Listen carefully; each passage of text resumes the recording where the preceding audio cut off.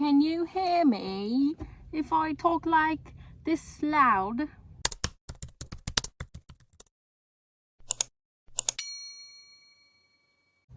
Hello and welcome back. Feel like a newscaster. Anyway, my alarm went off.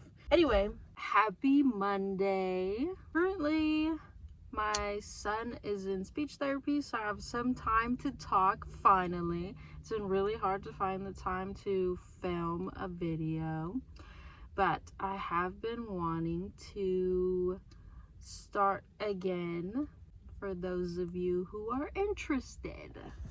Today, I will be talking about my birth story. Why not?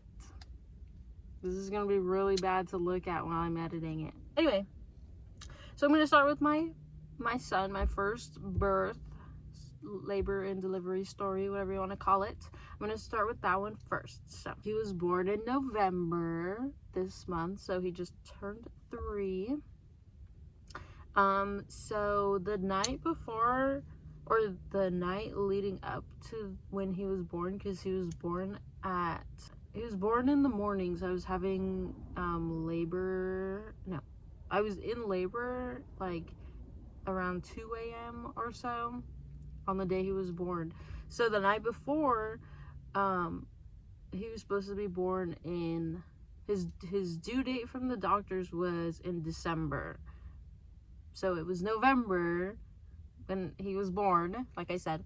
But first thing that we were doing was we were taking pictures again. We're trying to take some more maternity pictures because we weren't sure if we would have enough, and we're like, oh yeah, let's just take them now. Hold on. So that night we were taking pictures, like I just said 4 times, and went to sleep, and everything was fine. I was like, okay, we're gonna get ready for the next day, have a good day.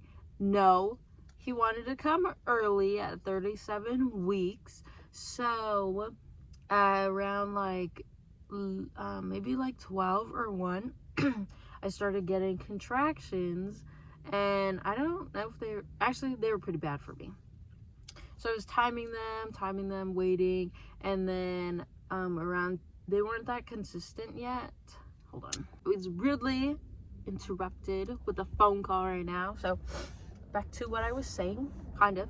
So I was getting contractions at 2 in the morning, and they were getting pretty strong, pretty consistent, but not really at the time where I would have to go to the hospital yet.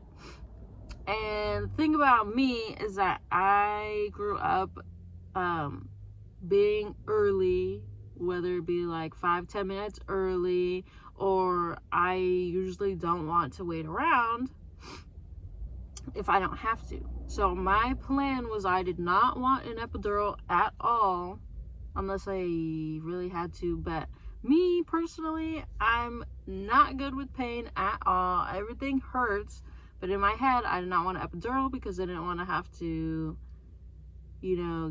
get the whole process of the epidural, and then if there was any side effects afterwards that could affect me, I didn't want to have to go through that. So my plan in the beginning, like when I first found out and still leading up to the birth, was to labor at home as long as possible so that I wouldn't have to go to the hospital and then have them send me home for not being ready to go into the delivery room. Remember that. So 3 o'clock, 4 o'clock, 5 o'clock, I'm walking around my room, not crying just yet from the pain, but I was holding myself. I was trying to go back to sleep after the contractions would pass, but I was also timing it and just waiting to go to the hospital because I didn't want to have to go there just to turn around, because if not, I would have just sat in the parking lot and labored in the parking lot so that I wouldn't have to come home. So finally it's like around 6 or 7, I think, and I am grabbing my stomach. I'm trying to calm myself, but also I am crying badly. Very, very badly. I was crying. I was like, okay, I really think it's time to go now. So get in the car, grab bags, and it was November of 2020, so like everything was still shut down. Nobody could really come visit, nothing like that. So it was just me and my partner, and we're in the car, we're going to the hospital. We get there, still having contractions. It was so bad. So we walked in the hospital, and then you have to sign in on the little like kiosk tablet thing. You sign in and then you have to wait. So I didn't have that, but we signed in, we waited, and I was still having contractions. And if you know what the contractions are like, you're kind of like, you're making noises that a little embarrassing, at least for me. So I was like groaning. I was like, all I wanted to do was to like make noises loudly, because that was how I was processing everything. And that, I don't know, that's just, I mean, maybe if you've gone through the same thing, you know what I'm talking about. But I wanted to like yell, I guess, but I couldn't because we're sitting in the lobby. So finally we get called and we check in, and they're like, okay, go upstairs, go to where you're going. So we're over there, and I have to wait to get checked. So by the time that we get there, I think it's like around 7, and they've like an hour later is when they finally admitted me, because we were in the observation room or whatever. I'm not sure what it's called, but that's where like they're checking vitals, they're checking the baby's heartbeat, they're checking everything just to make sure. But it took a whole hour for them to finally like take a look, I guess, if that's what you want to call it. So after the hour of me having contractions, laying down, and they had put the monitor on my stomach, so I didn't think that I was supposed to be moving, like I'm not supposed to be getting up. And honestly, I didn't think that I couldn't really like move. Like the way that I was like stuck. I felt like I was stuck laying down, but not just because of the monitor, but because of the monitor for on your stomach. I felt like I was like extra stuck, where I couldn't do anything, but also I didn't want to say anything for some reason. So finally they did a check. They did a little check, and they're like, oh, the baby's coming. Like, I think that I may either have been almost, or I was probably crowning already. So it's around 8 o'clock, I think. And they're like, okay, we have to go now. So we go. They wheel me into the delivery room. Door open. They took like all my clothes off. But wait, I was wearing the dress actually. I think they might have taken it off. The door was open, and I'm pretty sure they didn't even close the door. There was like, I had my boyfriend right next to me. I had 2 doctors at my feet. I had 3 nurses on this side, 2 nurses on this side. They're waiting for me. They're trying to tell me what to do, but because I was so tense from the contractions coming, and like everything was happening really, really fast, I honestly, I don't even know if I was listening right, but they were like, hey, do like this and push like this. And I was like, okay. So then they're trying, also at the same time, while I'm having contractions and trying to push, they're trying to put the IV in my arm. And I think they poked me like 4 times on each arm, and they each blew. So every single one did not work. So I had like 8 pokes on both of my arms total. And then because they had to put it into my hand, I don't know why, I do know why, because it wasn't working the other way. So they put it into my hand, bruises all over my arms, but they're like, we got it. I was like, okay. What happened?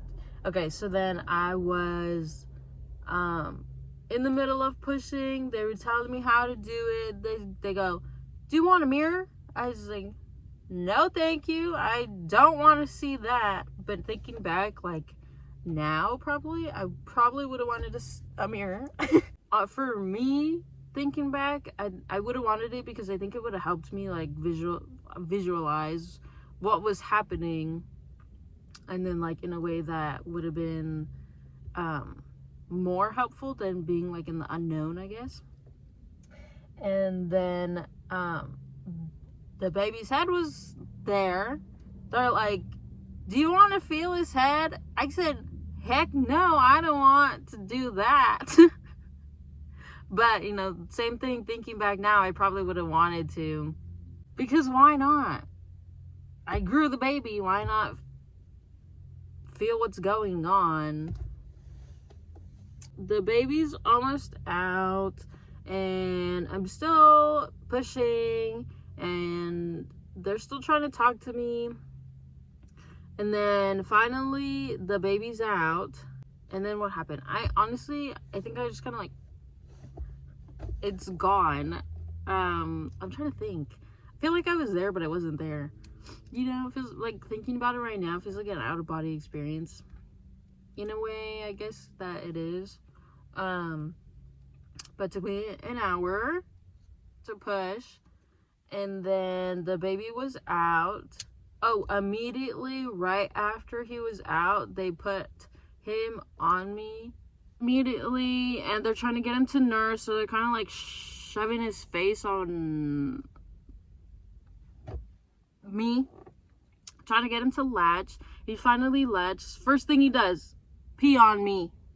Peed all over me. I said, all right. Put the blanket, I think, and they were like wiping all the pee and everything. I was like, cool. And then he was eating. They're like, oh my gosh, he's got such a great latch. Oh my gosh, that was so easy. Oh my gosh, that's so, congratulations. I said, thank you. Is his head gonna be like that? Because you know when their heads are like, because of how their skull is when they're born. Yeah. If you don't know what I'm talking about, which I hope you do, maybe I'll put a picture or something, but if not, just look it up, because is this head gonna be like that? No, don't worry, it'll go back. I said, all right, thank goodness. Did that. What else? How many fingers and toes? I gotta know. If he's got like 6 or 7 on one side, I need to know this information before I see it, so I don't hurt his feelings. 10. Fantastic. That was before, like when he came out, before they put him on me. Placenta came out. My boyfriend, I really wanted to keep it, but I didn't end up. Why? Didn't talk about it. Never came up. I was like, okay, I guess. We don't go anywhere. Sorry. Holding the baby, we're doing good. Waiting, like getting the massage or whatever. I think they're stitching and everything. I said, all right, 2 doctors to stitch. Must have been real bad. But I asked. I said it was 2nd-degree tear. Did that, got stitched, and during that time my boyfriend was taking pictures and everything of the placenta, which, you know, better than nothing.